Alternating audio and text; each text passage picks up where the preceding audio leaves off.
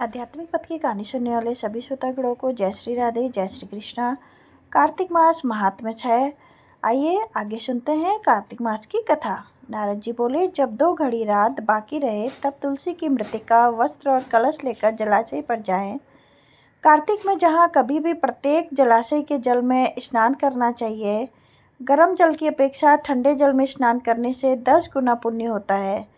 उससे 100 गुना पुण्य बाहरी कुएं के जल में स्नान करने से होता है। उससे अधिक पुण्य बावड़ी में और उससे भी अधिक पुण्य पोखर में स्नान करने से होता है। उससे 10 गुना झरनों में और उससे भी अधिक पुण्य कार्तिक में नदी स्नान करने से होता है। उससे भी 10 गुना पुण्य वहाँ होता है जहाँ 2 नदियों का संगम हो, और यदि कहीं 3 नदियों का संगम हो तब तो पुण्य की कोई सीमा ही नहीं।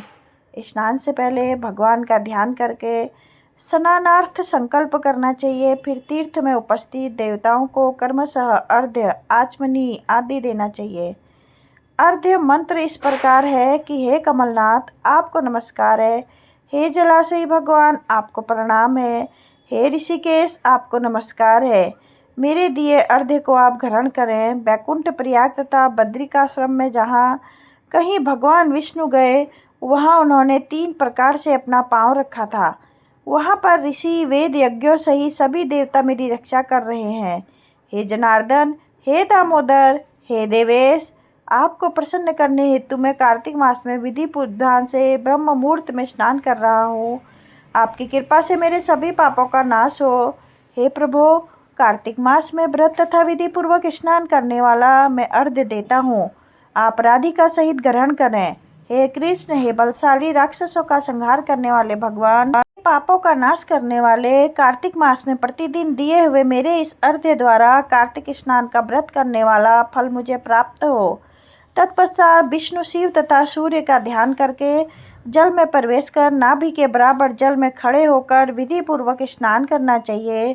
गृहस्थी को तिल, आंवले का चूर्ण लगाकर तथा विधवा स्त्री व यति को तुलसी की जड़ की मिट्टी लगाकर स्नान करना चाहिए। सप्तमी, अमावस्या, नवमी, त्रयोदशी, द्वितीया, दशमी आदि तिथियों को आंवला तथा तिल से स्नान करना वर्जित है। स्नान करते हुए निम्न शब्दों का उच्चारण करना चाहिए। जिस भक्ति भाव से भगवान ने देवताओं के कार्यों के लिए 3 प्रकार का रूप धारण किया, वही पापों का नाश करने वाले भगवान विष्णु अपनी कृपा से मुझे पवित्र बनाए।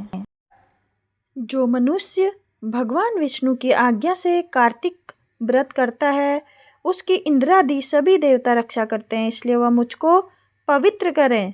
बीजों, रहस्यों तथा यज्ञों सहित वेदों के मंत्र, कश्यप आदि ऋषि, इंद्रादि देवता मुझे पवित्र करें। अदिति आदि सभी नारियां, यज्ञ, सिद्ध, सर्प और समस्त औषधियों तीनों लोकों के पहाड़ मुझे पवित्र करें। इस प्रकार कहकर स्नान करने के बाद मनुष्य को हाथ में पवित्री धारण करके देवता, ऋषि, मनुष्य तथा पितरों का विधि पूर्वक तर्पण करना चाहिए। तर्पण करते समय तर्पण में जितने तिल रहते हैं उतने वर्ष प्रयत्न व्रती के पितृगण स्वर्ग में वास करते हैं। उसके बाद व्रती को जल में निकलकर शुद्ध वस्त्र धारण करने चाहिए। सभी तीर्थों के सारे कार्यों में निवृत्त होकर पुनः भगवान विष्णु का पूजन करना चाहिए। सभी तीर्थों के सारे देवताओं का स्मरण करके भक्तिपूर्वक सावधान होकर चंदन, फूल और फलों के साथ भगवान विष्णु को फिर से अर्घ्य देना चाहिए। अर्घ्य के मंत्र का अर्थ इस प्रकार है कि मैंने पवित्र कार्तिक मास में स्नान किया है। हे विष्णु, हे राधा के साथ आप मेरे दिए अर्घ्य को ग्रहण करें। तत्पश्चात चंदन, फूल और तांबुल आदि से वेद पाठी ब्राह्मणों का श्रद्धापूर्वक पूजन करें और बारंबार नमस्कार करें। ब्राह्मणों के दाएं पांव में तीर्थों का वास होता है, मुंह में वेद और समस्त अंगों में देवताओं का वास होता है। अपने कल्याण की इच्छा रखने वाले मनुष्य को इनका ना तो अपमान करना चाहिए और ना ही इनका विरोध करना चाहिए। फिर एकाग्रचित होकर भगवान विष्णु को प्रिय तुलसी जी की पूजा करनी चाहिए। उनकी परिक्रमा करके उनको प्रणाम करना चाहिए। हे देवी, हे तुलसी, देवताओं ने ही प्राचीन काल में तुम्हारा निर्माण किया है और ऋषियों में तुम्हारी पूजा की है। हे विष्णु प्रिया तुलसी, आपको नमस्कार है। आप मेरे समस्त पापों को नष्ट करो।